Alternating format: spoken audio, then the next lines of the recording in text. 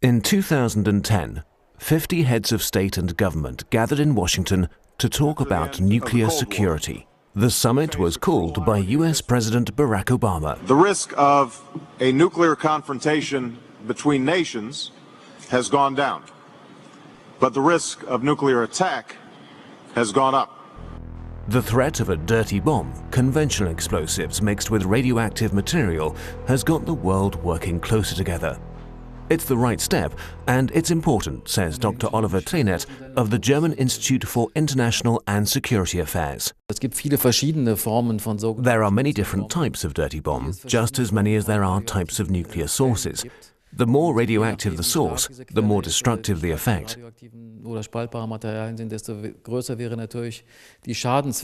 Nuclear materials such as plutonium and enriched uranium have long been the focus of the discussions. The summit agreed unanimously that such materials must not be allowed to fall into the wrong hands, and that action must be taken to prevent the spread of nuclear material. But the list of highly radioactive sources is much longer. In Germany alone, there are 100,000 sealed nuclear sources, for example, in the medical sector.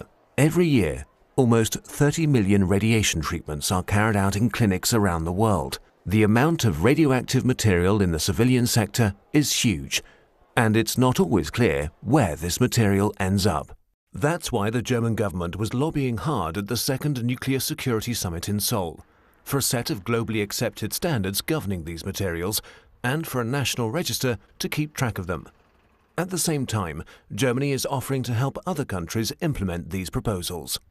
When it comes to organizing security measures, Germany would like to strengthen the role of the International Atomic Energy Agency and provide financial support. The fight against terrorism is global. Even if the heads of state and government don't come up with binding resolutions at the nuclear security summits, the talks and meetings have a big impact. I think the process President Obama has initiated is a good one and an important one. The aim is to get the attention of the entire global community and relevant heads of state, and that's why it's so important that the issue of nuclear security is being addressed at such a high level politically. To get the civil service in these countries focusing on this issue, it really does make a lot of sense.